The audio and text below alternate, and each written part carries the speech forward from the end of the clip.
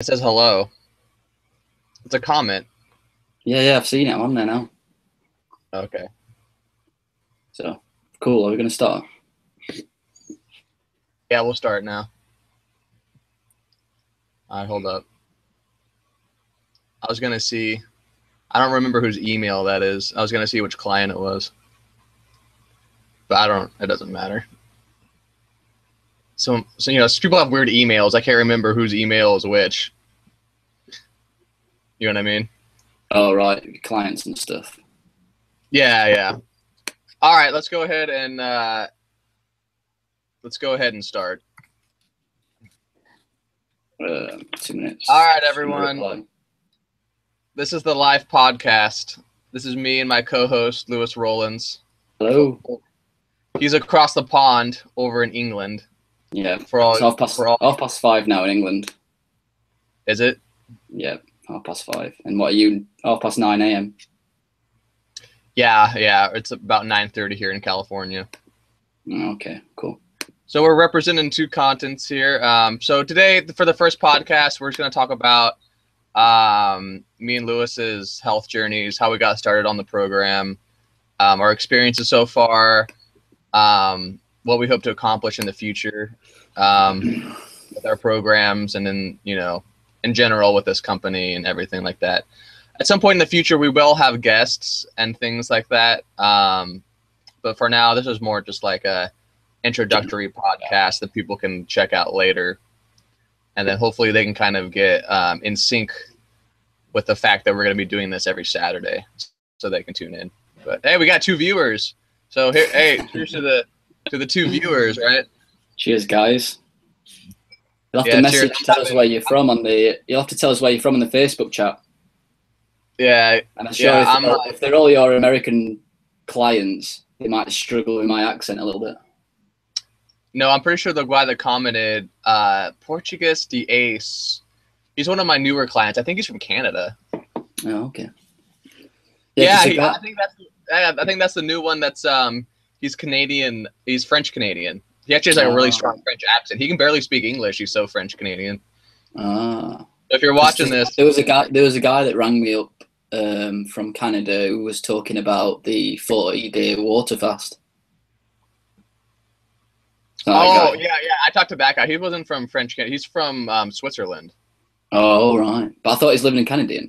Yeah. No, he was in California for business, and okay. Yeah, he's actually a client now. He already his last name's, I think it's Daniel Miser or something. Macer is his last name. Did he manage to give you a call? Because he was ringing me up. Yeah. I talked to him. He wants to get his hair tested. We'll see how he does. Cool. Yeah. He's a little, he's not full into it because he has a lot of different ideas about, different things and stuff like that. But I think that's part of the process, though, isn't it? That's part of the process. I think when a lot of people start the program, they've got their own ideas and their own kind of prerequisites based upon what people have told them in the past.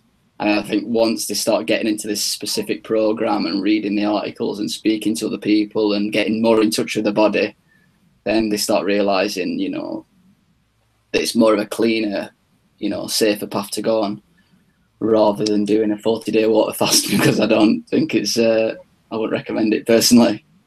Yeah, we don't recommend those long fasts just because the bodies are too mineral depleted. And, back in the past, those were probably okay. And, a short water fast probably wouldn't be too bad, especially if it was in the beginning of your program or you'd been on the program for a long time. Actually, if you've been on the program for a long time, there'd be no reason to do it, really. But, in the beginning, maybe it'd be okay if you want to do a water fast for a few days just to, like, get your system cleared out of all the crap you were eating. It's really stressful, isn't it? It's really stressful on the body, I would imagine, a water fast now. As you say, the mineral levels in people today are just so poor that it makes people. The problem is that it makes people feel better because they're not. First of all, they're not eating all that crap food, and then their digestive system's so bad. Most people, they feel better when they eat because they're eating the wrong kind of foods and wrong combinations, and then it kind of like sits in their intestines, and it's kind of, fermenting and stuff in their intestines. It makes them feel bad, and then Also, it's a stress to the body. So what happens is it activates the adrenals and stuff, and it kind of makes you into fight or flight mode because your body thinks it's starving. You know what I mean? Mm. So you feel better for a while, but it just depletes your body even more. Yeah, I think a lot of people though start water fasts for different reasons, don't they? Because I know like some people that have fasted for like 40 days, which is more of like a spiritual kind of thing they want to do. Do you know what I mean? Yeah. Buddha and Jesus obviously fasted for 40 days and stuff. And it was recommended in the Bible, like you're talking about. But those were different times. Exactly. I know one guy now. He completely killed off all his sperm. And but it's interesting. I found it fascinating personally. You know, because obviously you must get to a stage where night and day just literally merges into one. Do you know what I mean?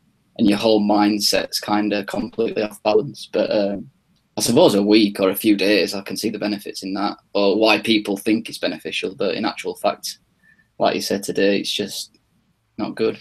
I think Dr. Wilson was talking about the fact that a few years ago, maybe 10 years ago, it used to take people like 1-2 years, you know, to come out of burnout. Now it's taking 3, 4, 5+ years. You know, I've been on the program now nearly 3 years, and I know that I'm not out of burnout yet. I don't think. Yeah, I just now started to dump copper. Yeah, I dumped copper. What? A year back. I think I was about 2.5 years in before my big first copper dump. Yeah, I think I was doing smaller ones before, and then it kind of built up. But it didn't actually show up on my hair test like till 2 years into the program. How much did it go up by? It went up a little bit, and then my last test it went up a whole bunch. So my first big one on the hair test wasn't until my last test. Yeah, which is like about 2.5 years into the program. Yeah, I mean the big one that I went through, I did that lasted for like a month or two, and then after that I was working from Monday to Friday, and then my body were obviously thinking, you know, Jesus, I need to do some work. And then as soon as it got to a Friday evening, I literally was dumping copper for the weekend until I turned up at work again on Monday. It's crazy. And that carried on for like 4, 5, 6 months. So yeah, I don't get a lot of bad detox symptoms ever. I have never experienced really bad detox symptoms on this program.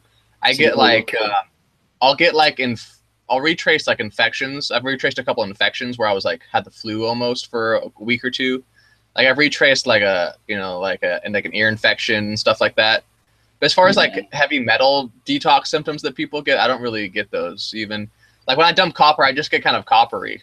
Like I just get like in my head kind of, and I feel like, I don't know, I just want to like play guitar and like dance and like I'm in my head you know what I mean? Yeah. I mean, I think I was like, you know, the number one person for copper toxicity. You know, I used to wear flamboyant clothing, and you know, I had piercings everywhere, and I ate I had a lot of piercings. Yeah, I ate the perfect high copper diet, basically. Chocolate, loads of chocolate. Like, do you know in your family sometimes when some people have got like, you know, Luke's known for eating this food, or you know, Lewis is known for eating that. I was always the guy known for eating chocolate.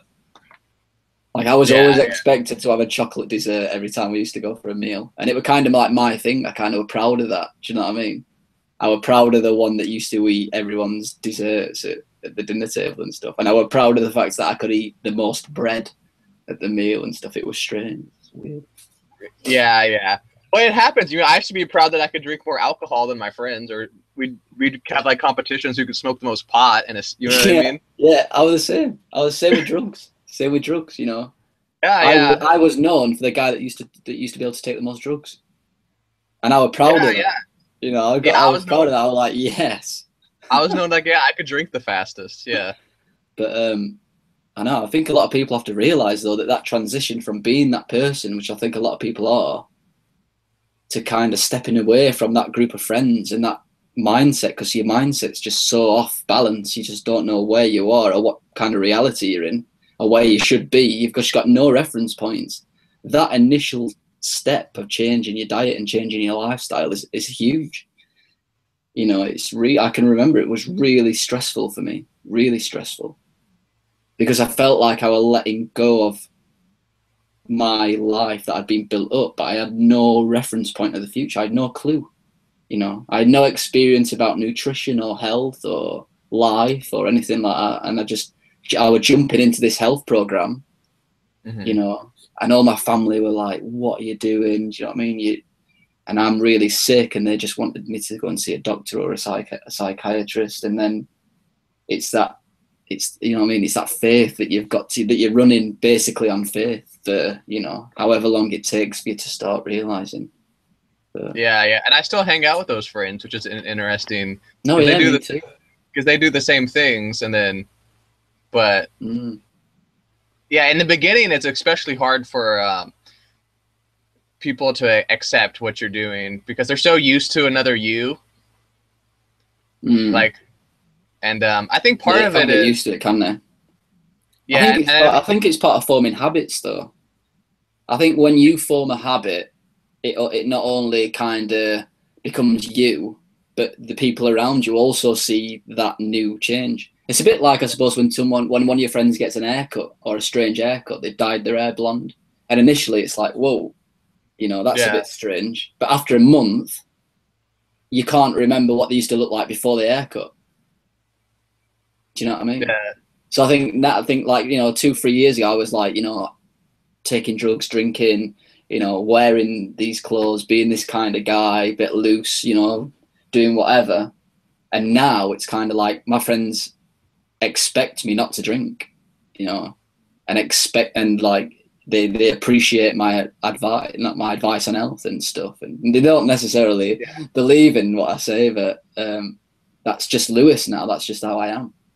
Yeah, I've seen that as well. It takes time for them to accept it, but eventually, like, well, your personality change. People sense the change in your health and the change in your demeanor as well, and so just your presence becomes a little better, and so people start to look towards you as more of an authority figure on health. You know what I mean? But again, people take it for granted. This whole taking for granted thing, you know. My health in the past 3 years has improved so much. Like, I was at a really desperate point. My health was so bad that I couldn't hold a conversation together. I couldn't see straight. I couldn't walk. You know, it was that bad that I literally took myself to a different country for a year. I couldn't handle anything. I couldn't handle stress. Couldn't handle loud noises. I couldn't handle scary films.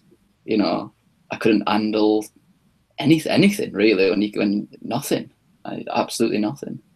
So I think people need to realize that there's help out there. Do you know what I mean? Because that person that I used to be was not nice at all, and you just feel so alone and so detached, and you think that it's just you going through this certain situation. And people need to realize that it's not. You know what I mean? That there's help out there, and you know, there's people that are young and have been going through that certain situation, and you know, it takes time. Don't get me wrong, it takes time, but the journey, once you get to a certain stage and you look back and you think, Jesus, you know, it's kind of a blessing in disguise. So. Yeah. All right, so let's just I'm gonna just go through the beginning of my health journey, and then I'll talk for a little bit about how I got started and everything, and then you can go ahead. Yeah, no problem. Let me correct my mic thing. So I've told a lot of, if you're one of my clients, I know a couple of my clients I saw commented already. I saw Bradley Dunn commented. Hi Bradley, how you doing? I've told a lot of my clients this already, how I got started, but you know, I wouldn't say that my health had gotten as bad as what Lewis just described. I was in burnout pretty badly, but you know, I didn't have really bad symptoms.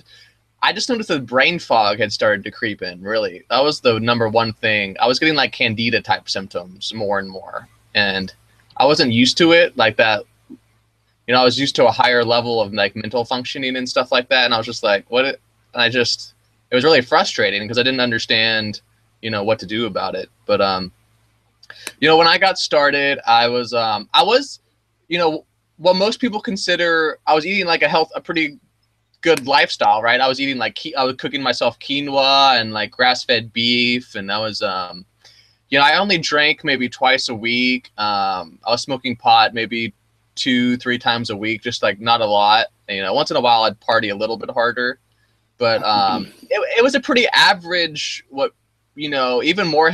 You know, my friends thought that I was healthy. You know, they're like, Luke, you're not. You have to be healthy. You eat quinoa. You cook yourself quinoa. You're healthy. You know, what are you talking about? That's what they, you know, people would tell me. Yeah. And you know, I never ate a lot of sugar and things like that. And so, you know, I must be healthy. And I worked out. I was working out. That was part of my downfall. Is I was, I'm a little bit obsessive compulsive. Maybe that's partially, you know, the copper. Oh, join the club, man. Yeah, and so I was really into just like lifting weights 3 or 4 times a week. And I was really into Elliot Hulse at the time. I still really am into Elliot Hulse. And yeah, I've just started watching him recently, actually. And I love Elliot Hulse, and Elliot Hulse does a lot of good in the world. And he has a lot of great advice for young men. But, you know, we have to understand that most bodies are not in the condition. Your body, you know, if you're watching this and you're third generation American or English, you know, I'm sure Lewis's parents and grandparents were probably from England. Yeah. You know, like people like Elliot Hulse, you know, he's a first generation immigrant, and you can tell by his body structure, his facial structure, his energy level. You know, you don't have Elliot Hulse's vigorous metabolism. You don't have his, and I was trying to live that kind of lifestyle. I was doing kickboxing and MMA on top of it.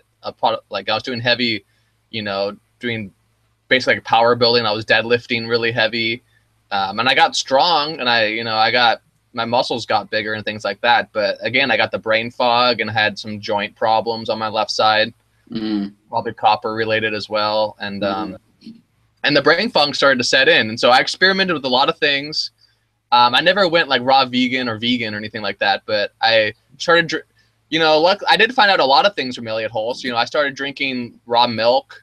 Yeah, well, I think this is the problem sometimes. Yeah. I think sometimes people look at these figures that might have not gone through, but often they have gone through a lot of hardships and stuff, but they've reached a point that's far beyond where they first started. Do you know what I mean? Like Elliot Hulse, for example, he's had a bad, I think from what I haven't heard much about him, but from what I've heard and what I've seen, he seems to have quite a bad past, but people have never seen that. They only see this kind of pin-up guy. And I remember I was the same. I was always striving to be this pin and just burning myself out completely burning myself out. Well, yeah, he was broke at one point, you know what I mean? And he had to work really hard to get himself to the point that he is. But, you know, a lot of people don't have the energy level to accomplish what he has because they can't attack life. I think some people do. I mean, yeah, some people do. I mean, you can't, well, not in a false way though. In a false way, you know, I forced myself to do 10 hours, 11 hours exercise every day. Do you know what I mean? I forced myself, not forced myself, but I did enjoy it to an extent. But your body builds a scaffolding around itself. Do you know what I mean? Your body literally forces itself to keep up with how you want to be. And inside, you're absolutely completely gone, but you just don't realize it because your body is really keeping its barriers up. Yeah. And so, yeah, you know, I got more into health. You know, at least I was learning a lot. You know, I learned really good technique and stretching exercises and all these. I learned some good life skills. At least I learned discipline. You know, I don't regret what I did because at least it taught me discipline. Going to the gym and a consistent schedule and you know, really working on my body in that way. At least I learned the discipline and involved in that. You know what I mean? So it was a good life skill, and you learn to fight through pain. At least to an extent, you know, it's like, you know, it doesn't matter how I feel. I got to get my workout in and, you know, things like that. And paying attention to detail and things like that. And so I think that's an important thing is that when looking back on your past and the mistakes you made, you know, everything's a lesson. You know, I learned a lot of things. You either improve yourself or learn a lesson in life. I think that's the main the way to look at things. And then I was working at a gym, and then you know, I was doing a lot of different things. I tried Chinese. I was taking like Chinese herbs that I had read about, and I started reading about like different herbal remedies and things like that. And then eventually I started using the sauna at my work. And I noticed the only time I didn't have brain fog was for 15 minutes after the sauna. Yeah. I found that out actually from using a sunbed. Not the best thing. But every time I used to use a sunbed, I used to go on another thing that I used to do is every time I used to have a cigarette.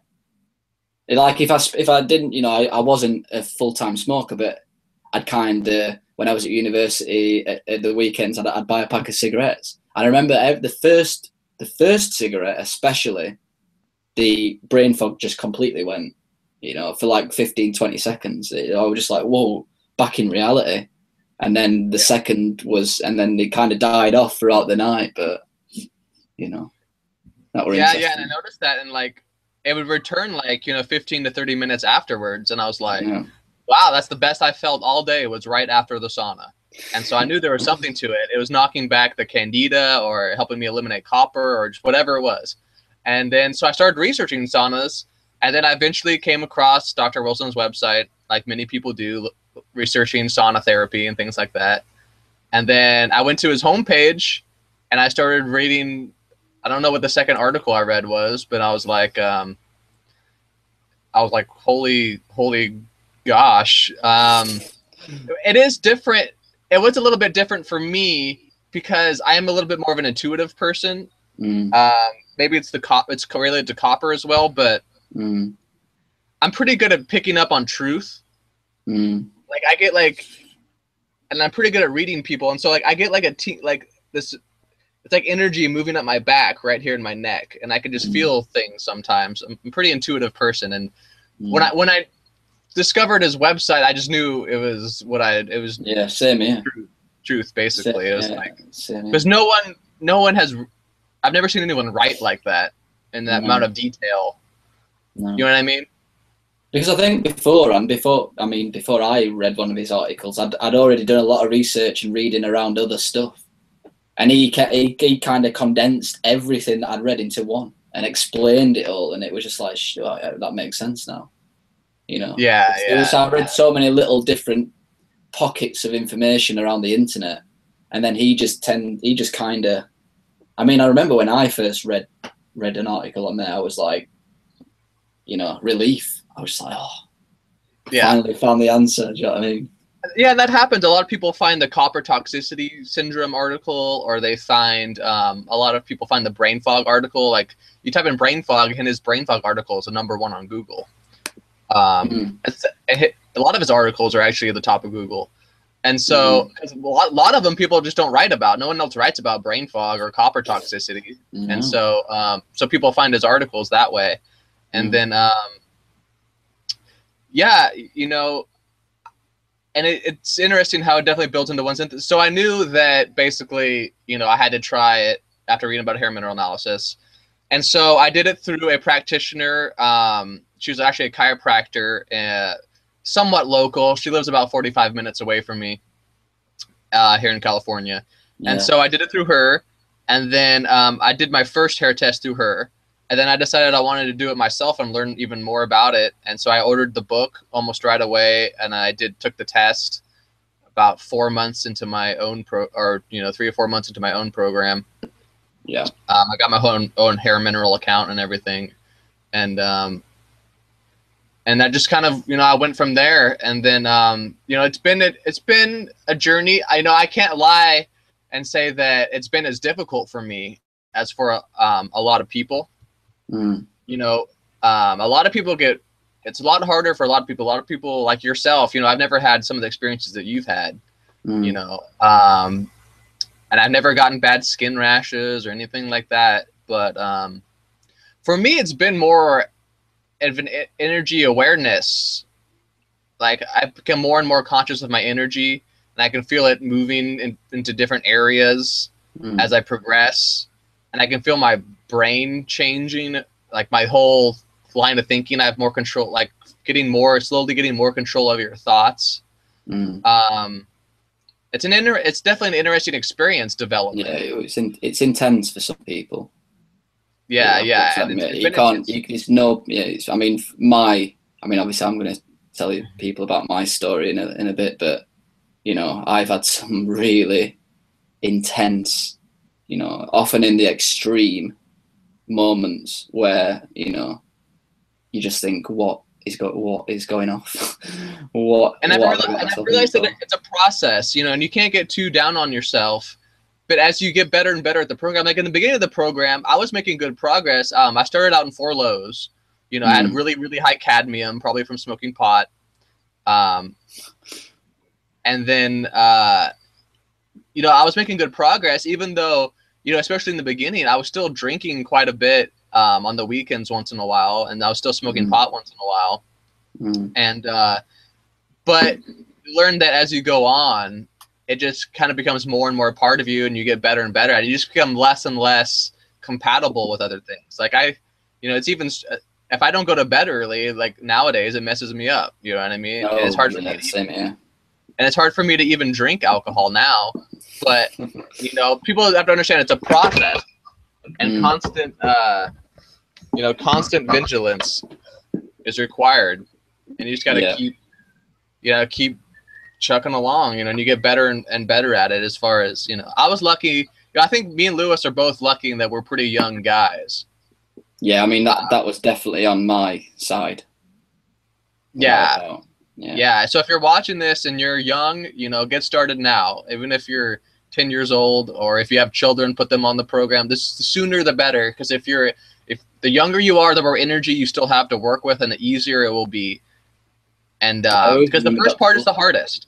The first part of development is the hardest. And if you can get over the initial hump, the program becomes a lot easier and more enjoyable. It becomes more fun. You're able to meditate easier. Life, you know, you're able to work harder, and you become more creative, and everything just gets better. But the hardest part, it's almost like an initiation, you know, when a man, it's like when a boy becomes a man in the tribe, right? And he has to go kill the lion. Or he has to go, survive in the wilderness for a week or whatever. The beginning is the hardest, but once you're over that initial phase and your initiation is over, the program becomes a lot easier. Yeah. And everyone is different, you know. It's just forcing your body into a different way, into a different equilibrium. I mean, your body's you've put things into your body for so many years, you know, it's what, 10, 20, 30, 40 years, and you've been that way since you were born. That's how it is. That's how it's built itself. It's obviously totally wrong, but that change that it needs to go through, you have to literally force your body to change the way it thinks, the way it feels, the way it processes things. Do you know what I mean? And that initial process is difficult. It's like a rocket ship. It's like starting off in a rocket ship. The first bit of thrust that you need is the most difficult part. And as soon as you start getting further in the atmosphere, it starts getting easier and easier and easier. Yeah. Less gravity and air resistance. Yeah. So I think that's a good way of looking at it, really.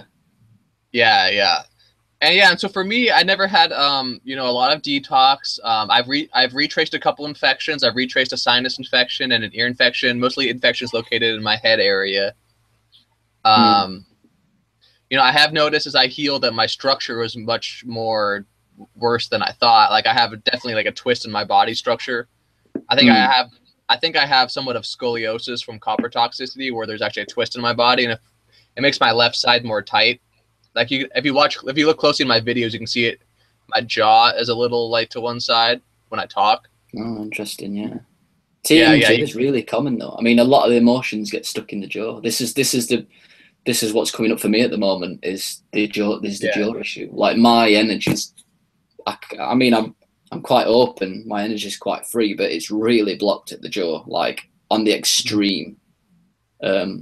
Which is interesting because I also suffer from visual snow, which has improved massively since I first started. Like it was at a stage where I couldn't even speak to people. It was that anxiety producing. I don't know. I don't know if people know what visual snow is, but basically it's the best way to describe it is white noise. Like seeing white noise, like if you pulled out the plugs in your TV, seeing that white noise constantly.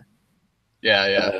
But a lot of people have related it to TMJ, which kind of is interesting because I've always had this jaw issue and stuff. So, Yeah, it's all related, definitely. and for me, definitely go into the joints and structure and stuff, definitely. And yeah, for me, massaging them out, just massaging the structure and kind of. I had a couple of deep massages in Thailand, and every after each one, I went through a huge emotional change, and you kind of think to yourself, how the hell can emotions get trapped in organs and structure and shoulders? My shoulders, for example, are really tight, which is a common, people say when people say, oh, the world's on your shoulders, that's basically another way of saying all your emotions and your fear and anger is on your shoulders. So, like I said, a lot of the things, it might be difficult for some of the viewers to relate to this, but yeah, like I've had a lot of energetic experiences on this program. I haven't had, like I said, a lot of detox. Let me adjust my camera here. Get a little lower here. But we have people move energy downwards on the program. It's basically a meditation or like an energy. I just call it an energy exercise. To me, it's more just like pure energy exercise awareness than really a meditation. But I was able to do it really powerfully even before I started my full program. I was on the free program, and I was laying in the sauna, and I thought I would try it out.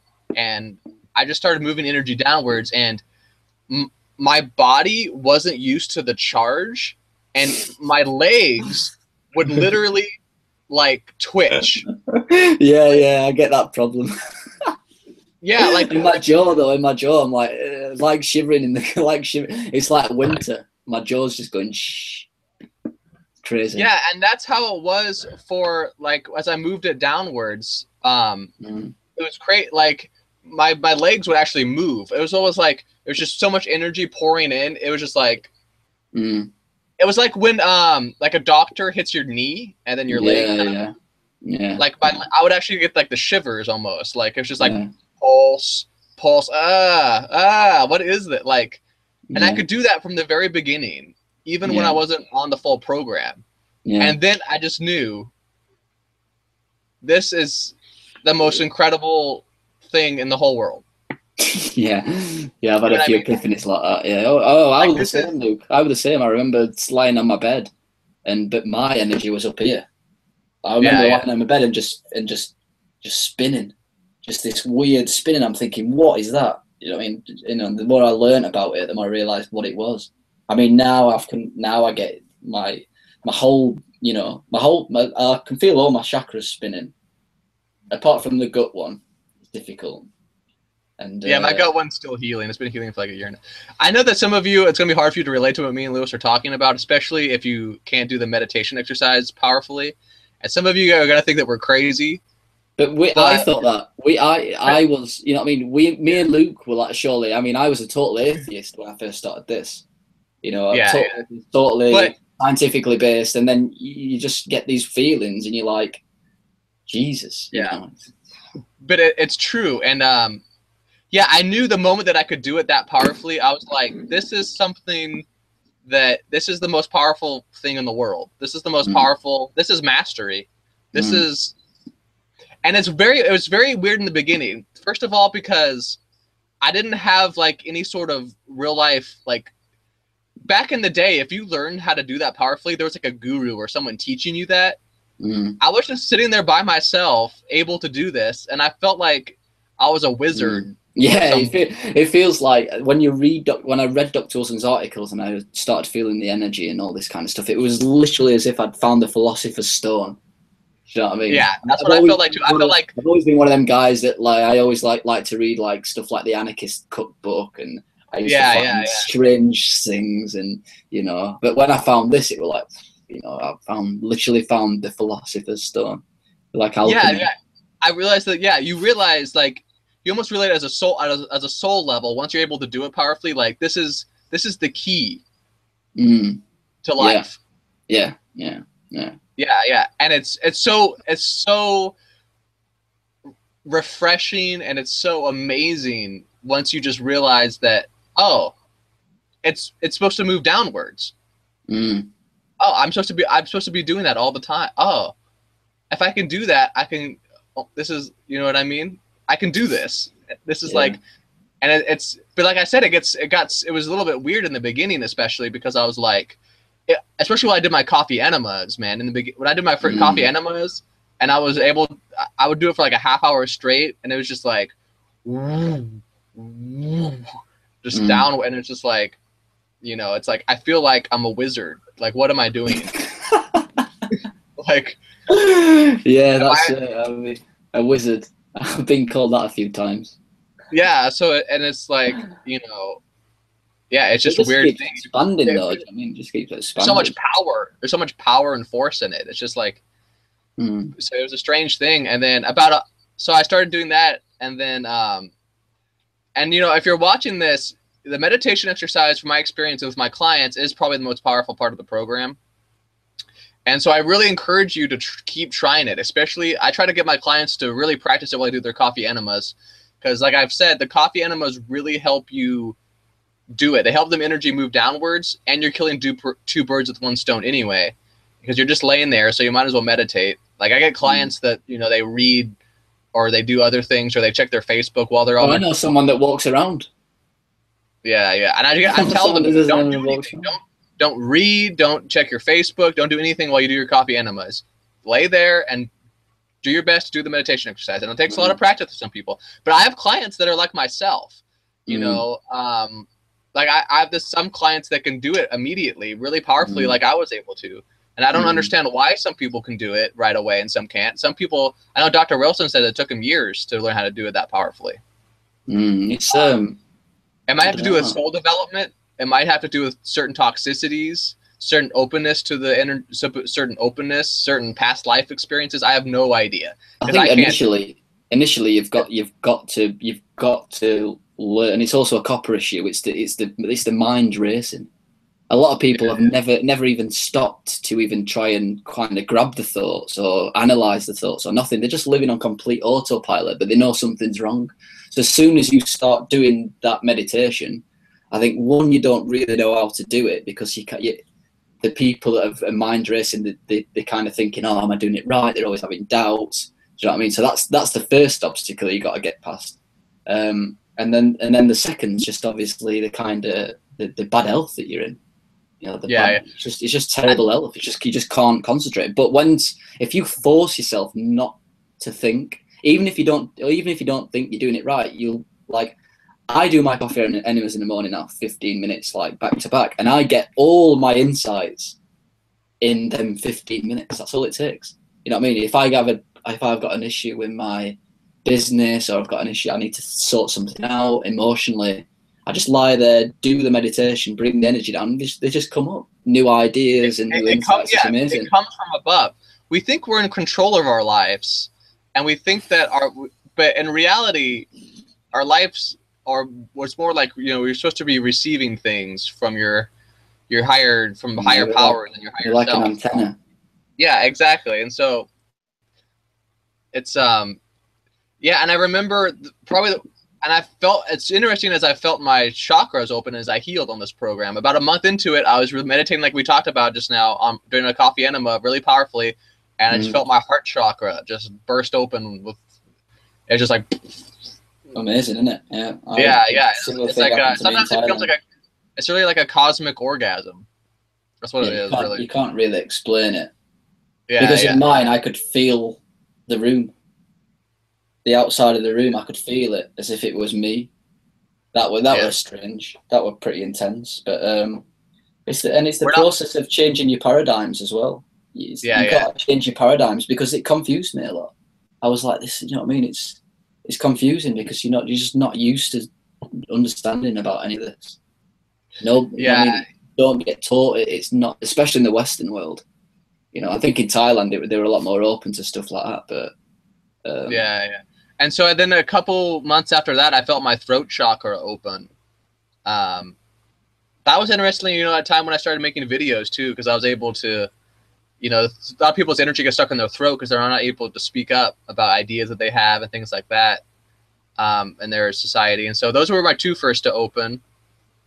And then actually, like about 2 or 3 months ago, I felt my crown chakra open, and I felt it spinning.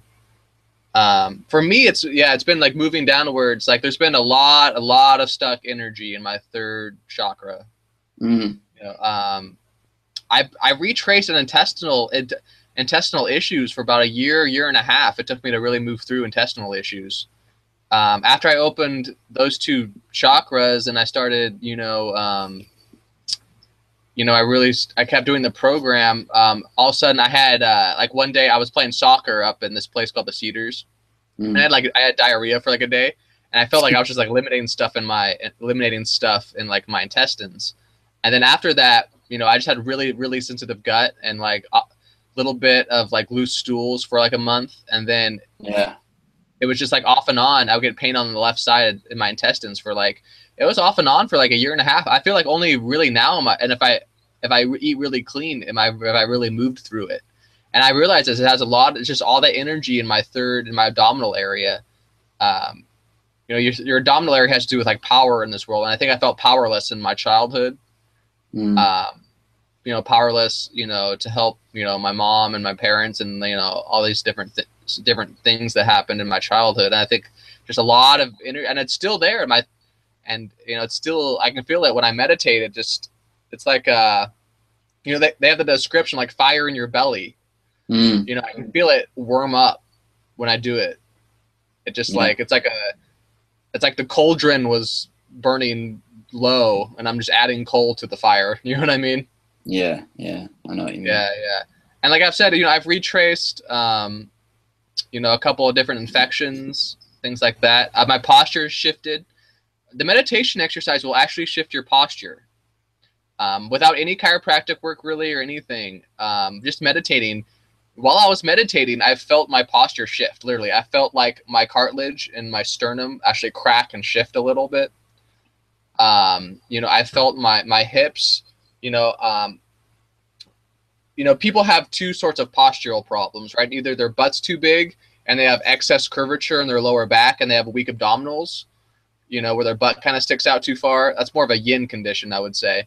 And then, or their butt is more tucked in, and then they don't have any curvature in their back. That's like the two postural things that we have. And I actually felt my hips, realign a little bit, and like I go standing up straighter and things like that. And that was really just from the sauna and meditating while I did coffee enemas and things like that. And so as your body detoxes, your structure shifts too. I get like lymph node swelling right here. Yeah. Anytime I get body work done, I can feel my lymph nodes swell right here. Yeah, mine is swelled up now. Yeah. Yeah, mine's swelled up a lot. I was sat in the kitchen yesterday and my sister was like, "Oh, you got a lump on your neck." And I was like, yeah. So like 2 minutes, I'm just going to shut these curtains. The sun's coming in my eyes. Yeah. And I get a lot of lymph node draining right there. I've had tension there the whole program, just like that lymph nodes are just draining. So I get that off and on, especially when I get body work done, when I get adjusted and things like that. And probably the craziest experience, like the most with a dream, I've had a lot of dream retracings where my subconscious is dealing with things in my past and my childhood and things like that. Well, so your dreams are going back in time? Yeah, kind of. When I first realized, like we were talking about, I was able to meditate really powerfully, and I'd been on the program for about a month. Yeah. And I was doing the meditation exercise every day really, really powerfully for at least an hour. I had this dream where it was like I just dropped into the etheric energy ocean. It was just me on my back, and I dropped into an ocean. It was just all blue. There was no like sea life or anything. It was just me and like body temperature water. And I was just like, and there was like a current, and I was just like, I am going, I'm just going with the flow. You know what I mean? Yeah. It was like I was in the sea of energy that I'd realized. You know what I mean? Yeah. And it was like that was the most incredible dream I've ever had, probably. Yeah. I had a really intense one. I was reading Eckhart Tolle's The Power of Now, and I would really, literally try my hardest to kind of stay in the present. Because I thought that was the way out, but I was kind of looking back at it now. I was doing it wrong, and I wasn't experienced enough to do it as good as what I should have. And I was doing this every day, and I was walking down the street trying to do it. And I remember that night, I had the most intense dream, so vivid. I was literally the most vividest dream where I were kind of going into these rooms, these multicolored rooms, and it were like people were talking to me, and I was showing my cousins through these like dimensions and different rooms and stuff. And I remember writing it with that, and I woke up at like 3 a.m, wrote it down. It was just like, whoa, this is unbelievable, and put it online, and everyone were like, wow, that was literally an astral dream where you were showing your spiritual like cousins and brothers and stuff how to kind of live in these realms, and it was interesting, amazing. And another cool dream I had on the program was I had been doing the program for maybe like 6 months, and I felt like, you know, my throat chakra had opened. I got my practitioner's license, and I was starting to make YouTube videos and stuff like that. And there was this interesting dream. My dreams got more normal. I used to have like weirder dreams, like they were more scattered, and like now my dreams are a little bit more like consistent, they seem like, and like purposeful. But I had this dream where there was just like an old guy on like, and I was just sitting there, and he just taught me stuff like all night. I don't remember what he taught me or what we talked about, but I knew that like he was like some master, and he was just like teaching me stuff. Yeah, I mean, I think I need to start writing. We need to start writing dreams down more, because literally every night I have about 5 or 6 dreams. Yeah, but it's the sign of good health as well, I think, dreaming. I mean, people don't dream. I mean, everyone should dream, or everyone at least should remember the dreams. If people can't remember the dreams, or they don't dream much, it is a sign that, you know, I mean, my dreams have definitely increased since I've been on the program, you know. And I think what you were talking about, like the power of now and all these things, I think sometimes people overcomplicate the meditation exercise, and they're trying to think of like, oh, live in the now, or they're trying to really clear their head. But if you move the energy downwards, your head will clear naturally.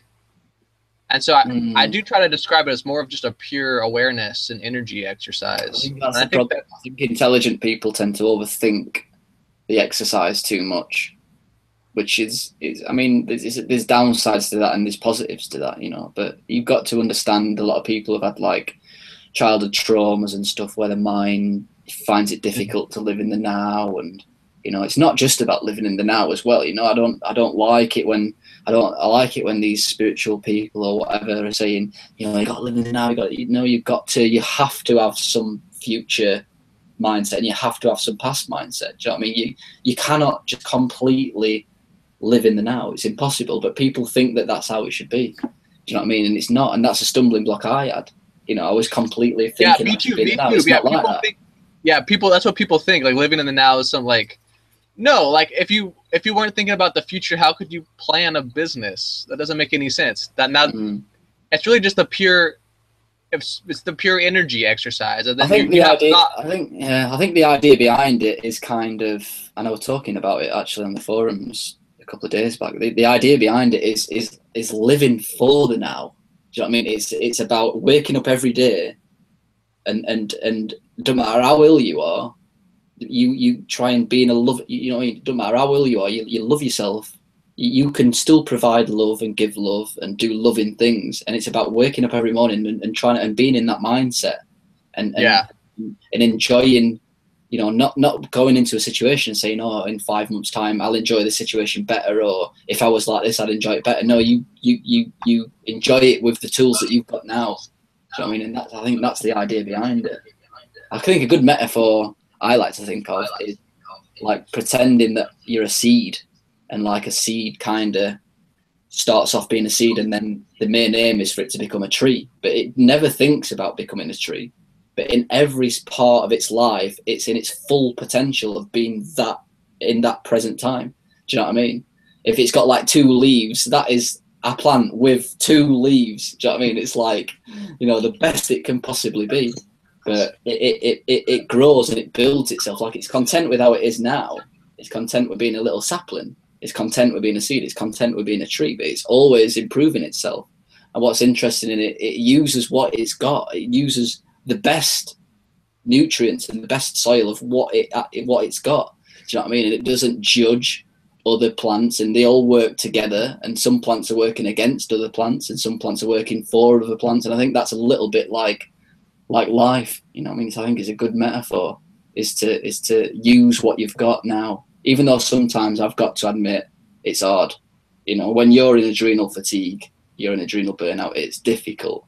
It is difficult, but you know, I think starting to think like that is a good step forward. Anyway. Yeah. So you want to talk a little about how you got started? Yeah, can do. Yeah, I mean, it's probably best if I start off as how I was like as a child and kind of bring it up that way.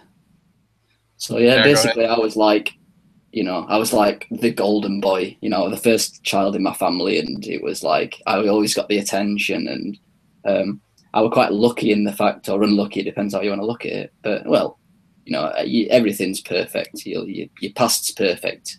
But I was lucky in the fact that I was the kind of top grade student. You know, didn't matter which subject it was. You know, I was really good at art. I was really good at sports. I was really good at English, math, science. I always got the top grades basically. And my mom always said to me that she spoke to my primary school teacher one time just before I was about to move up into secondary school, and she said to my mom, "He's going to struggle because he's not going to be the number one anymore. You know, he's not going to be, and I think it's going to affect him." And looking back, I think it did. So I kind of came into secondary school as this person that could not do any wrong. Like my life was just, it was easy for me. You know, I was the most popular guy in school, kind of thing, and I didn't worry about anything. And I suppose I was a bit of a bully at times because I thought that I was top of the world and stuff. And I remember getting into secondary school and kind of slipping my grades a little bit, you know, thinking I just thought that I could carry on doing what I was, slipping grades. And, you know, I remember moving down, I got moved down a grade in school and stuff. And I was like, Jesus, you know, I've got these people are better than me. And, you know, I couldn't get, you know, the girls anymore. I started getting spots on my face, which was I think that was one of the things that kind of broke me a little bit. I think as soon as I started getting acne and spots, it was like, you know, my self-esteem just completely went down the drain because my whole idea of life just kind of started to crumble down a little bit. And, you know, I used to be dead self-conscious about stuff like that. Do you know what I mean? And I remember when I was 16, my mum said to me, "Right, you're gonna have to get a job now. You know, you're gonna have to like move into the world a little bit." And I ended up getting a job at an hotel just down the road from me. And I remember getting there thinking, I mean, my idea of life obviously was completely different to how it should be or how you should think. And it was all about, I just thought I was going to be some sort of famous whatever. Do you know what I mean? Just go through life quite easily. But I remember getting to work and thinking, what is going on? Like, I was getting told what to do, and I didn't know how to, you know, how to be a good waiter, or it was just so surreal for me because I was so used to being the top guy. And yeah, I mean, it's bringing me back memories now. Just talking about it, like, sends shivers down my spine a little bit. So anyway, I think what happened is they were this like 2 week. There was like this initial thing that kind of broke me a little bit, and I started working at this hotel. I was doing 40, 50, 60 hours a week part-time, and I was getting acne, which would shatter my self-esteem. I was obviously doing, you know, ridiculous amounts of work considering I still had school to go to and stuff. And I was in a relationship with a girl who I really liked, and that lasted for like a year or two, and we ended up splitting up, you know. So that was a big blow to me, and that were it really. And then I started getting depressed, like deep depression at 16, you know. And I started thinking, well, how am I going to get out of this? You know, my diet was terrible, like really bad. You know, I used to live off ready meals and bread, and I used to play semi-professional football, which was 3 times a week. You know, intense training. And you know, that's kind of... By football, you mean soccer, I'm guessing. Yeah, I mean soccer, yeah, soccer. Yeah. This is America. It's called soccer. It's called soccer. So, yeah. I mean, that's a different story in itself because I didn't like playing football. I kind of got forced into it, you know, by my not my parents, but my dad wanted me to play football a lot, but it never interested me. So I think that kind of skewed my mind a little bit, because I was, you know, I was trying to be the best footballer I could be, but no, I wasn't really interested in it. I remember turning up on a Sunday mornings with the guys, and we were sat in the coach, and they were all speaking about the past games in the week, and I was like, didn't understand what was going off. Do you know what I mean? Mm-hmm. So yeah, and then I think I kind of linked my depression with my acne. So, you know, I went to the doctors, and they were giving me these tablets, and they didn't work. And, you know, I mean, it got desperate. I mean, it got to a stage where I like putting bleach on my face, I think, at one point. I'm just thinking that it would kill the bacteria and stuff. And, you know, all these weird remedies like toothpaste. And in the end, I ended up buying a product called Accutane on the internet, which is like I don't know if you've heard of it. It's a really intense steroid tablet that, you know, it's just pure vitamin A, I think, that they give to people with like severe acne. It wasn't even that bad. So I ended up having that, not knowing the damage it could do to your liver. And yeah, the acne went. Don't get me wrong, the acne went, but my depression didn't go one bit. You know, I was getting social anxiety and I just didn't feel right. I didn't feel like I fit in, feeling alone. Do you know what I mean? It's just not nice. And I had this kind of brain fog. At the time, I didn't know what it was. You know, I thought it was depression. I thought it was mental. You know, I went to psychiatrists, and they were telling me it was mental. I went to kind of self-help. I was reading self-help books, and I was going to cognitive behavioral therapy and stuff, and doing all these cognitive behavioral things, and it wasn't, you know, I was seeing how my mind worked, but it was as if my system just wasn't kind of working properly. You know, it was just the weirdest feeling. So my eyesight started going. So I kind of thought, well, maybe if my eyesight were all right, this would all leave. Do you know what I mean? I thought, because my acne had started to go, and I was feeling a bit more positive. So I ended up having laser eye surgery when I was, I think, 17, 18.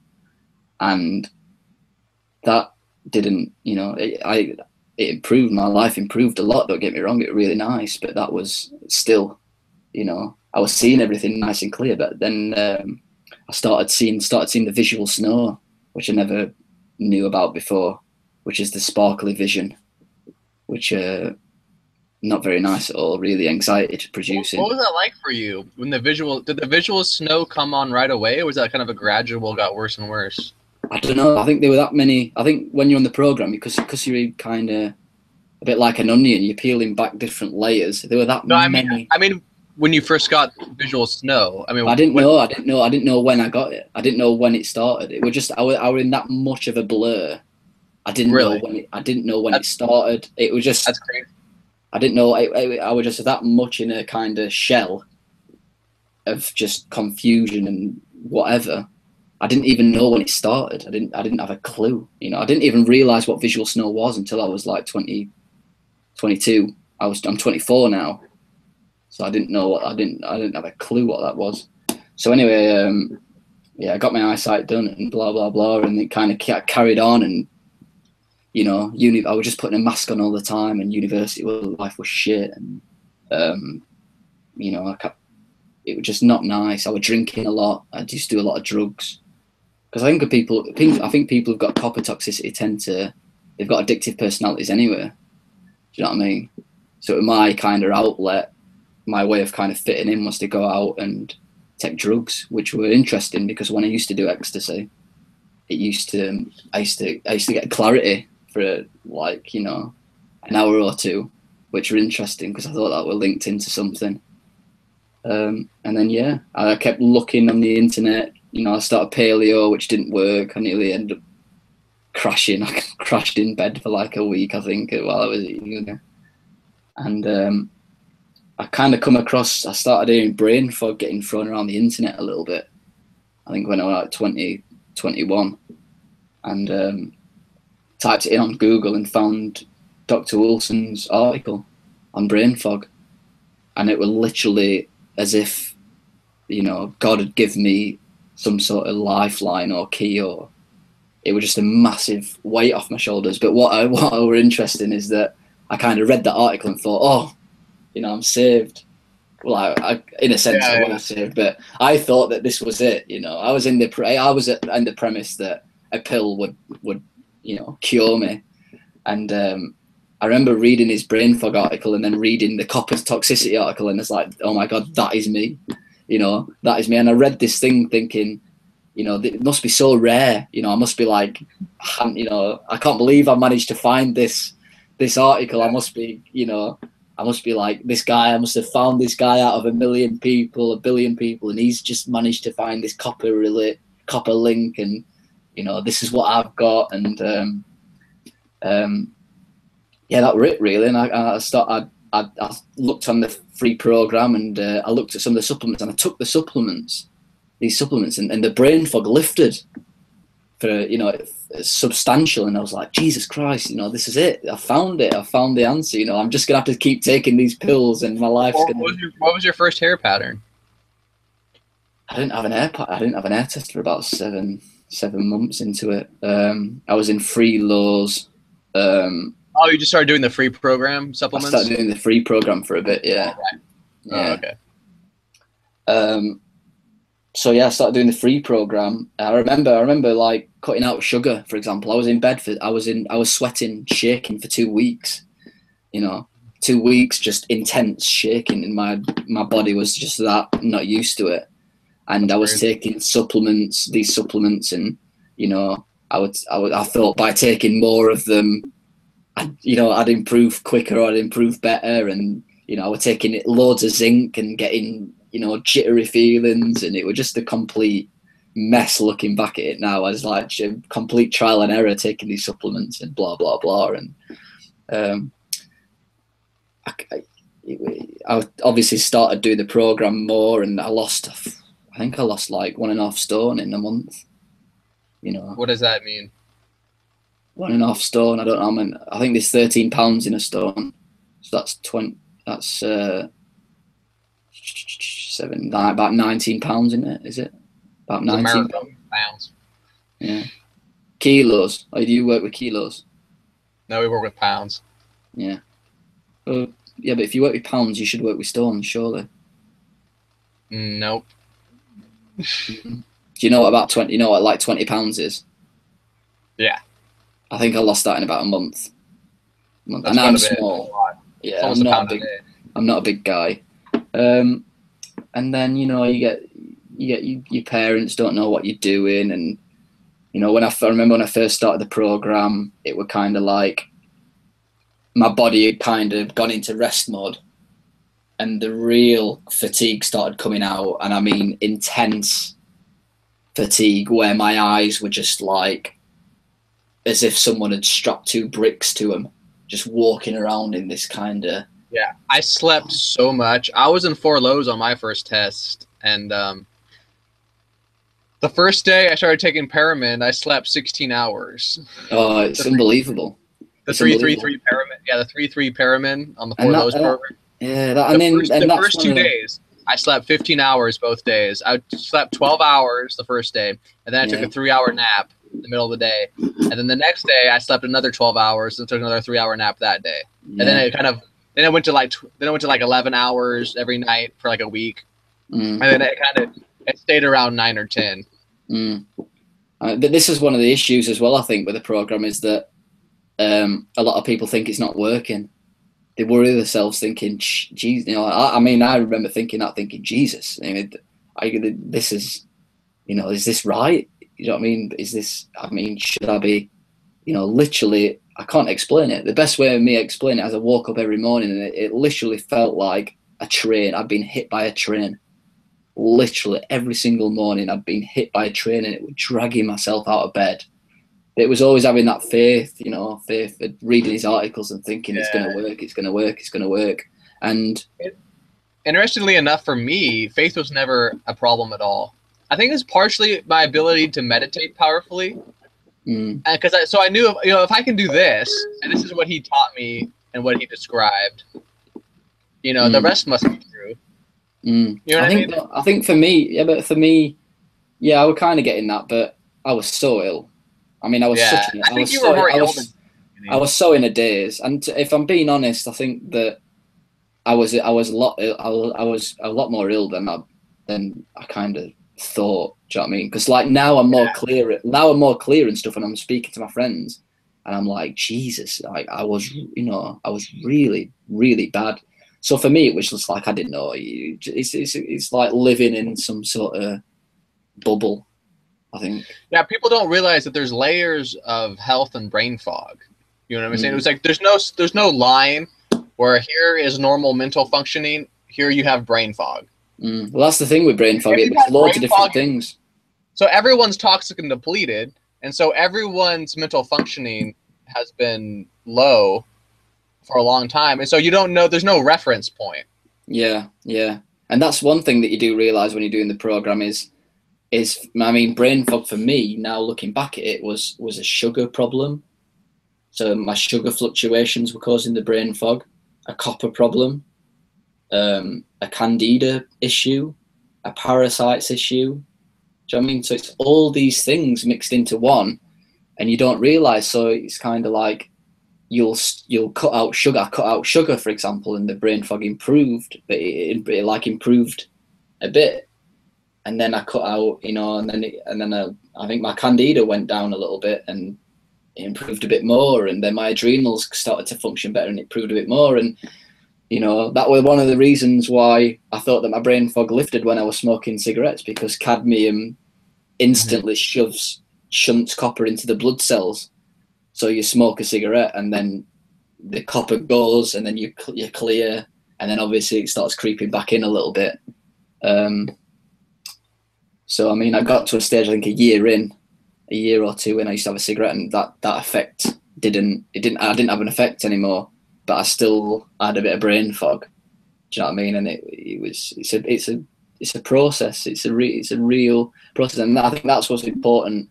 I mean, looking back on it now, I had 7-8 months of trial and error thinking I could do all this myself, which is another problem of being an intellect. You think that you know the best. Do you know what I mean? You think that but it's not a self-help program. You do need that leverage of someone else's advice to kind of give you an idea. Yeah. And again, it's all relative. If you've been on the program for 10 years, where me and you are now, it's almost considered brain fog. But yeah, I mean, I'll hold my hands up now. I'm not, in 100% health. I'm not.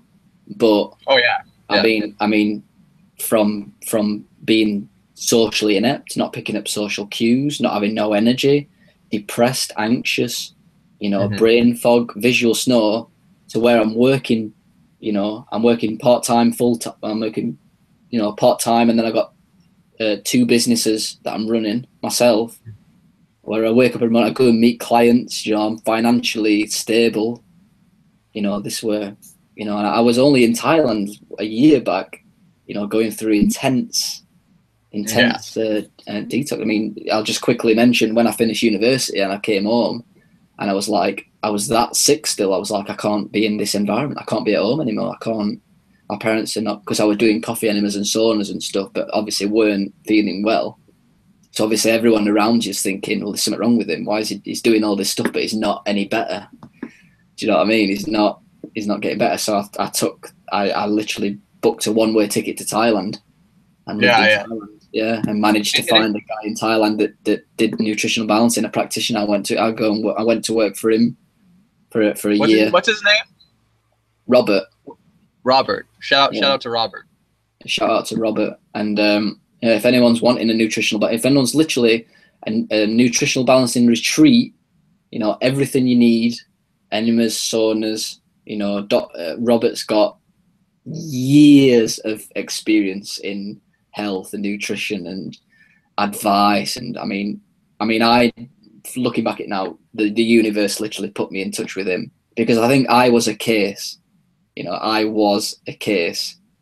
he had the knowledge and the advice to bring me through some intense stuff. I mean, I don't want to I don't like scaring people at all, but there was a time where I was dumping copper in Thailand, and it was like, 2 months of not sleeping. A couple of times I thought we were going to die. It's just that's how bad it was. but you get through it. Everything passes. So and like we say, really. and we say time and time again, you know, start, if you're watching this and you're young, start now, man. Start when you're young, because then once you get over the hump, the rest of the life, you know, if you could bounce your chemistry when you're young, the world is your, you know, oyster. You know what I mean? Definitely. And it helps you in so many ways that you cannot possibly imagine. Oh yeah, and I mean the whole development and stuff, and the kind of, I mean, now, you know, now I feel being grounded is so important as well. And I mean, you could talk about this stuff. I mean, the amount of information that I've kind of learned and come across, and you know, I mean, you can talk about it for hours emotionally, and I mean, structurally, how everything's linked in, and you know, I mean, this is just a little snippet of the experiences that we've had over the past 3 years. Just a tiny little, you know, a little snippet. You could literally go into any arena and it's just, it expands a lot. So yeah, if you interview everyone to go on a full retreat, you know, you definitely check out his, what is Robert's website? I think it's consciouslivingLTD.com. Yeah. So if you got maybe really beautiful place. Maybe someday I'll go to Thailand. That'd be a cool place to do like a honeymoon or something. Yeah. I mean, I thought I was it. I thought that was it. I thought I was gonna stay there forever, kind of thing, and heal. But you know, end up. I think maybe eight months down the line, I was in the mountains I had a place by myself, and I think it was this sudden realization of, you know, I'm starting to feel better now, and it was this sudden realization of, oh my God, what has just happened? It was like waking up from a dream. Do you know what I mean? It was like waking up from a dream, and I was like, wow, I need to get back to England. I need to get back with my family and ground myself. And I was being so selfish, which is a good thing. I mean, people need to realize you've got to be selfish in the beginning if you're wanting to heal. You've got to be selfish. You've got to look after yourself in the beginning. And I did. I shut myself off from my family, shut myself off from my friends, you know, and it's not nice. It's not nice at all, because you do feel lonely. You do feel like there's no one out there that's going through the same things as you. And you've just got to do it. You have to do it in the beginning. You've got to be selfish. And that's what I tell my clients, especially, you know, I have a lot of young male clients like ourselves, and I know Bradley Dunn commented, and he's one of my clients, and you know, I talked to him about this before. Is that in the beginning, you're gonna have to shut yourself off. Now I can hang out with my friends, and I can say no to drugs and alcohol, and I can bring my own food and supplements to parties, and I do things like that, and I leave the party early a lot of times, and things like that. But in the beginning, you have to shut yourself off, especially until you become conscious of your energy, because until you can move the energy downwards consistently and you're really grounded, kind of, you know, distance yourself from. I mean, don't distance yourself too much, though. I mean, there is a limit. I think I went to the extreme as well. I mean, distance your energy at like a part with all these people's energies, because as you heal, like I experience this myself. It's like I'm very energetic. I think me and Lewis have this in common, that we're both more intuitive and energetically feeling than most people. And when I began to heal, I had a really hard time as I healed and my awareness raised, dealing with, like, even going to the grocery store and all these children with the bags underneath their eyes and they're drinking soda, and everyone, I could just feel their energy. It's just so, the world is so toxic and depleted, and everyone's energies is just so draining. Yeah. And it took me a while to just learn how to just focus on myself and just really just put an energetic defense mechanism. And really, you know, and do that like at parties when I'm with my friends and stuff. And so I think in this, and especially in the beginning, you do have to definitely be more solitary. You know what I mean? Yeah. And it's important when you do a bit of the program, you start to realize that you've kind of got no choice. I mean, you're literally so tired. You're so tired that you can't even. I mean, I couldn't even go out anyway. I couldn't even go out partying half the time anyway, because I was just too tired. And you're lucky. And except for your practitioner and maybe other people that you network with on the program, I really try to get everyone to network, because, you know, on the Facebook group and other things, because you're not going to get most people are not going to get any family support. There's a lot of single a lot of women that their husbands won't do the program. A lot of men where their girlfriends won't do the program. Your family is going to think it's crazy if you tell them you do coffee enemas and meditate. Your friends are going to be mad at you for stop drinking, and they're going to be mad at you for changing who you are while they're still the same. It's going to be, you're going to be on your own for the most part, probably. And if you do get immediate family members that support you and do the program with you, consider yourself very lucky, because most of us don't have that. So I think it's very important to network. I know, I make the YouTube videos. There's people who do podcasts. Keep reading Dr. Wilson's articles. Just surround yourself. Joining the Facebook group is excellent. The Facebook group's really positive at times. I mean, it really helps you through some stuff, because the advice on there as well is really good. It's quite well administered, I think. Administrated. Yeah, Eileen does a fantastic job for free. Yeah, definitely. Yeah, definitely. And you do get good quality advice. If you're going on these other forums and it's wishy-washy, and a lot of other forums, I've got Visual Snow, and I was on the Visual Snow forums for a while, and it's just so negative, which you can understand, because visual snow is a symptom of a very depleted body. Basically, that's a whole different avenue, which I think I really want to get in touch with the people who've got visual snow, by the way, because it's not cured, but it's definitely curable. Trust me. But it's just so negative. You need to get away from that negative. All the people that have got these symptoms, if they're not on at this program or they're not being proactive, that it's just all they want to talk about is negative, draining, toxic stuff. And you can type all day. I mean, I've spent days trying to explain stuff to people, and some people just don't get, they're just not on your particular wavelength at this time, which is fine. Don't get angry about it, but just find the people that's in your bubble, and you'll heal much faster. You'll heal much faster. And I've talked about this. I made a video about this where I call it the 3 stages of awareness. First of all, you have brain fog. You don't even realize it, right? You're so toxic and depleted. And then you start to heal as the second phase. And then once you're healed to an extent and you realize how toxic and depleted everyone is, and you can feel their energy, then you get angry, kind of, to an extent. And then the third stage is really forgiveness and love for all, no matter, love for yourself first. This is one thing that I'm going through at the moment, because it's kind of like, I thought, if I get myself better physically, the mind does kind of change and does sort itself out a little bit, but you've still got these past kind of ways of thinking, these childhood patterns that you need to think, man, and you've got to love yourself first. That is the number one thing. Like, you've got to wake up every morning and think to yourself, I'm going to create I'm going to fall in love with myself again, and it'll take time. It's not going to happen overnight, but you'll realize that once you do that, like, your focus is literally just, don't be egotistical about it. Don't be, don't do things just for the sake of it. But this is what you got to feel, and by doing that, you give to others. I mean, a good quote is, "Fill your cup first, and then let it spill over." I think that's a classic one. That's always stuck with me for years.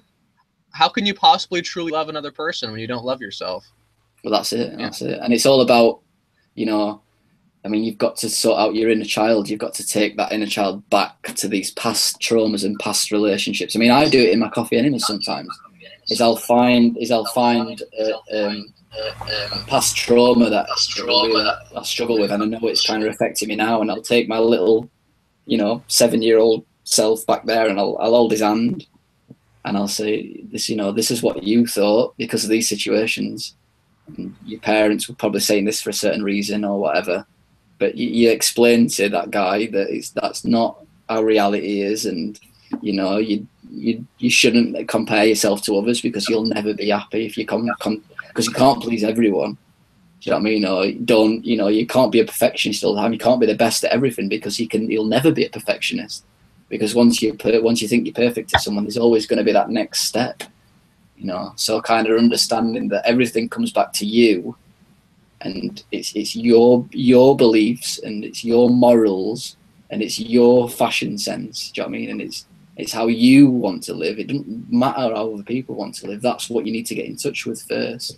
you know, and respect yourself for that. You know, if you can look at yourself in the mirror, if you're not meeting any of your friends today, and, you know, in the past, if I knew that I weren't meeting anyone, I'd just slob around and not make my bed and, you know, not look after myself. But if you can really look after yourself when no one else is around, that's a really important thing, I think. Just do it for you. Just don't do it for anyone else. Do it for you. Yeah, yeah. And people, I think, get so up in their head sometimes about different ways to help the world and all the problems with the world. But just do your program, and you'll help the world automatically. It doesn't. Yeah. That's what's nice about this system. It's a system. It's mechanical in its effects. You know what I mean? It's like machinery. It's you know, just do it, and then chink chink chink. You know, it starts to go, and then, you know, there's some input. Then I think the thing is with the program, it gets you to a stage where you have no. I mean, it gets you to a stage. It doesn't. You know, it's not automatic in a sense. It's automatic, and it brings you to a stage where you've got to face the emotions that are coming up. Do you know what I mean? You have to face them. You know, that's the thing about it. You know, that's the good thing about it. It's not automatic. It's not like do the program and you're going to be fine in 2 years without any thought process, you know, or any effort. Do you know what I mean? It's not like that. It's the fact that it gives you the path that you need to walk on, but you've got to you have to kick the stones out of the road. Do you know what I mean? Yeah, it just gives you the right road. It gives you the correct one, but it's you know, and you will. I mean, I've just had insomnia a couple of months back, like 3 weeks, because I was facing fear and past ideas. Do you know what I mean? So, you know, and I've overcome that kind of I had no choice but to face them. But obviously, the right thing came up at the right time. Do you know what I mean?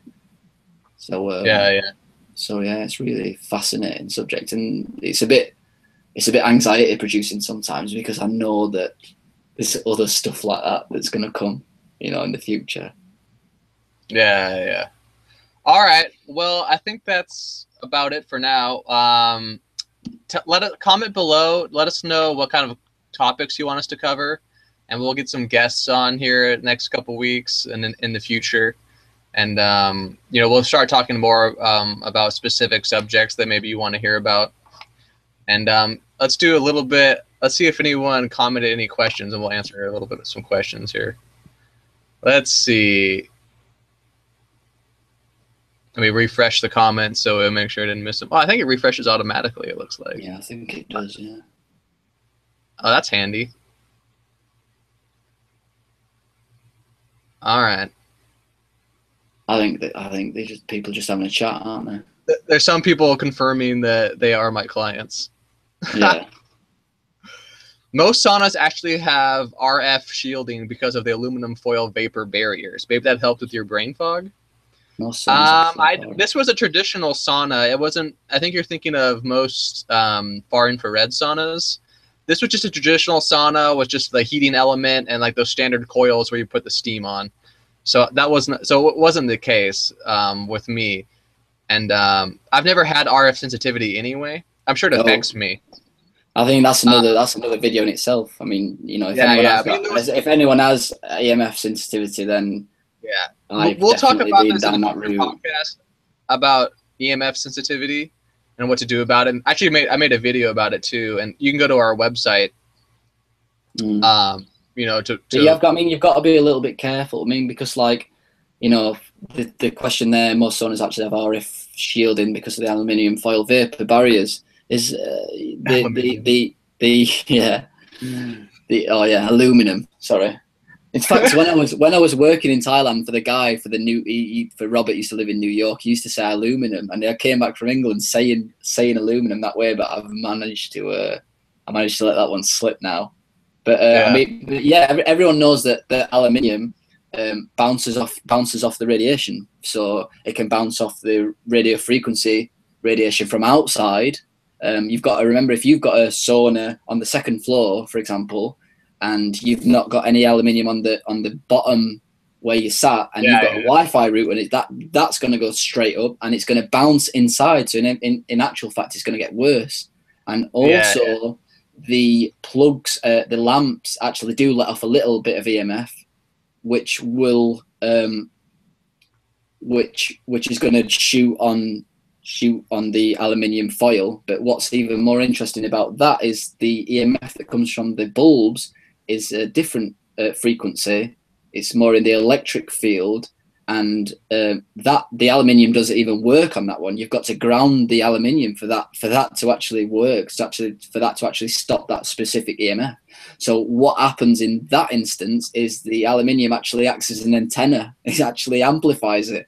So whoever's buying or selling saunas with aluminium foils around it needs shooting. Yeah. So it doesn't work at all. So moral of the story is there was no aluminum foil. It didn't help me. It was a traditional sauna, and it was just really just the heating of my body and the sweat that really got the brain fog going. I think it's the killing of the candida. The killing of the candida. Yeah, the killing of the candida was what it really was. I think you're right. The adrenals are pumping more, and the blood pressure is higher. And we don't like aluminum foil barriers on the type of sauna we like is a near infrared sauna where there's no aluminum foil anyway. All right, Daniel Murray said Murray. I think I'm pronouncing it right, Murray. Daniel Murray. What part of the UK are you from, Lewis? Where's Sheffield, right? Sheffield, right? I'm from Sheffield. I'm from Sheffield, but I've had to change my accent a little bit. I think I went to Thailand for a year, and I had no choice but to change my accent because it was so strong. Like, if you think I've got a strong accent now, it's nothing compared to what it used to be. So I got a lot of like foreign friends and stuff, and they all seem to understand me. But when they come in contact with my friends, they haven't got a clue. But yeah, I'm from Sheffield in England, which is in South Yorkshire. South Yorkshire. So that answers your question. Yeah. And then he says he tends to be very sensitive in the stomach area and tense up whenever anyone touches it. It has a tendency for nervous diarrhea. Yeah, that kind of happened to me too as well, Daniel. I didn't not so much sensitivity when I touch it, or like nervous diarrhea, but it's part of the healing process because as you heal, you'll eliminate parasites and your body will clean up your intestines. And like we said, it's also related to your energy system. If you felt powerless at any time, the third chakra is related to power and control in the world. And so if you felt powerless at any time, like maybe in your childhood or stuff like that, it can be a sign of healing in that as well. And then looks like that's all the questions that we have. And then, like I said, comment below if you want us to do any sort of topics or have any specific guests on maybe. And we'll be doing this, we'll try to do this same time every Saturday, 9 a.m. California time. That's 5 o'clock p.m. England time. And 5 p.m. Yeah, like I said, comment below. Let us know what you think, things we can improve, stuff like that. And I guess we'll see you next week. Brilliant. Yeah, thanks a lot, guys. Yeah, it's been fun. It's been fun. I'm sure it's going to get more fun. Yeah, there's so much to talk about. So much to talk about. So little time, right? Brilliant. I see you guys. See you in a bit.